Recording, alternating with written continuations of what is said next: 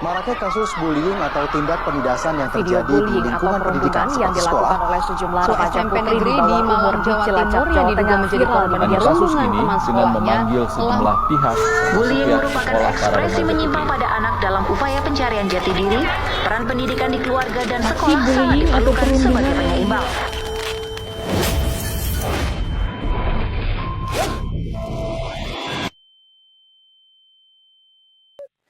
Halo, selamat pagi semuanya.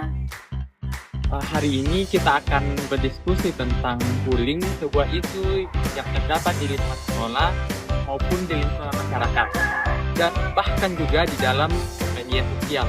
Dan tujuan kita akan mempelajari bullying ini untuk memahami dampaknya dan penyebabnya, dan serta cara mencegahnya dalam lingkungan kehidupan kita. Dan sekarang telah hadir bersama dengan teman saya sendiri Yabes Pataru sebagai moderator. Saya Fenia Fidelin, saya Selin Mani, Saya Glay Saya Ibrahim Stephen Firanda.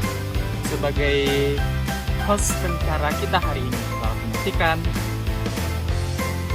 Jadi sekarang kita akan masuk ke dalam sesi diskusi. Dan diskusi yang pertama, apa sih pengertian atau pendapat teman-teman kalian tentang bullying?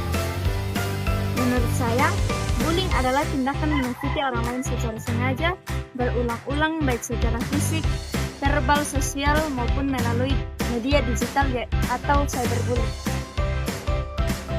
Mungkin ada dari pendapat teman-teman yang lain? Menurut saya, bullying adalah tindakan agresif yang dilakukan secara sengaja dan berulang-ulang untuk menyakiti, merendahkan, dan bahkan mendominasi orang lain, baik secara verbal, fisik, sosial, dan cyberbullying, dan mungkin lain-lainnya. Itu saja. Oh, jadi bully itu semacam merendahkan seseorang ya? Iya. Jadi, baik itu dalam perilaku maupun fisik mereka sendiri. Jadi itulah teman-teman pengertian dari bully yang kita dapat rangkum dari teman-teman kalian. Jadi sekarang kita akan lanjut ke diskusi yang kedua, yaitu apa sih jenis-jenis bully yang terdapat di lingkungan masyarakat? Jadi menurut saya jenis-jenis bullying bisa dibagi menjadi 4, yaitu fisik, verbal, sosial, dan cyber. Jadi itulah jenis-jenisnya. Dan adakah yang dari teman-teman yang ingin menjelaskan itu? Jenis-jenis bullying itu ada 4. Yang pertama, secara fisik. Bully secara fisik itu seperti memukul, menendang, dan mendorong. Yang kedua itu secara verbal. Secara verbal itu seperti menghina, mengejek, atau mengacak korban. Dan yang ketiga itu bully secara sosial, seperti mengecilkan, menyebarkan gosip, atau mempengaruhi orang lain. Dan yang terakhir, keempat, yaitu bully secara cyberbullying, atau mengirim pesan kasar atau menyebarkan konten negatif lewat media sosial, game, atau internet. Jadi itulah diskusi yang kedua tentang jenis-jenisnya.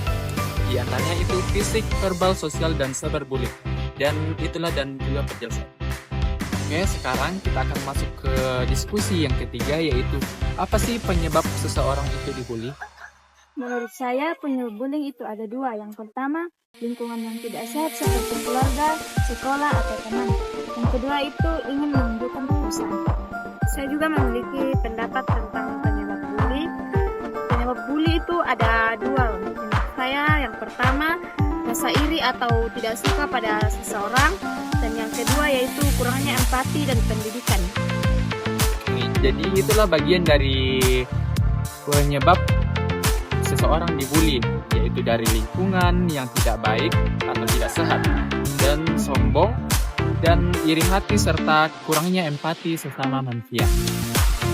Jadi sekarang kita akan lanjut ke diskusi yang keempat, yaitu apa sih dampak bagi seorang pembuli dan yang dibully? Menurut saya, dampak dari bullying ada 2, yaitu pertama dampak bagi korban, yang kedua dampak bagi pelaku. Dampak bagi korban yaitu merasa takut, malu, rendah diri, depresi, stres, dan bahkan trauma dalam jangka panjang serta menurunnya prestasi dan bahkan mengundurkan diri dari lingkungan sosial. Yang kedua, dampak bagi pelaku terbiasa melakukan kekerasan, bisa terjerat hukum dan bahkan dikeluarkan dari sekolah jika itu seorang mahasiswa. Yang ketiga, sulit membangun hubungan yang sehat dengan orang lain di masa depan. Jadi itulah bagian-bagian dari dampak dari membuli atau dibully. Jadi sekarang kita akan masuk ke diskusi yang terakhir, yaitu cara mengatasi bully. Menurut pendapat saya, cara mengatasi bullying itu ada dua. Pertama, laporkan kepada orang yang dipercaya. Dan yang kedua, jangan sendirian. Kalau menurut saya, yaitu fokus pada kegiatan positif dan membangun kepercayaan diri untuk mengurangi dampak bullying. Pendapat saya tentang mengatasi bully yaitu jika orang dibully, kita harus menegur orang yang membulinya. Menurut saya, cara mengatasi bullying yaitu menegur pelaku secara sopan. Yang kedua, melindungi dan membantu korban. Yang ketiga, melaporkan kepada pihak yang berwenang seperti guru, orang dewasa, dan lainnya. Jadi itulah bagian dari cara mengatasi bully. Jadi ingat teman-teman, bully bukanlah kesalahan korban. Dan jangan ragu untuk mencari bantuan dan dukungan jika kamu mengalami bully. Jadi sekian diskusi kami, terima kasih. Bye-bye. Sekarang kita akan masuk ke dalam sesi tanya jawab. Yang pertama, apakah kalian pernah menjadi salah satu korban pembulian atau ikut serta dalam membuli? Ya, saya pernah dibully secara verbal. Kalau saya pernah ikut serta dalam membully karena ikut-ikutan bersama teman-teman. Oke, jadi itulah tanya pertama dan tanya kedua, yaitu kenapa Anda ikut serta dalam membuli?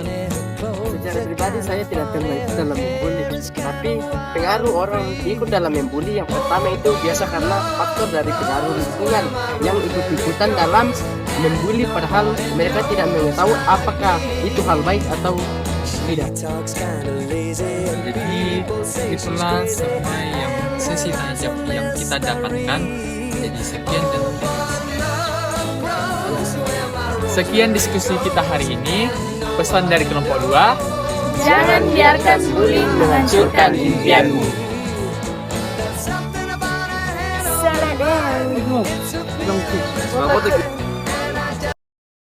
Jadi salah satu korban pembulian atau ikut serta dalam membuli. Pak ditekan. Ulang nih.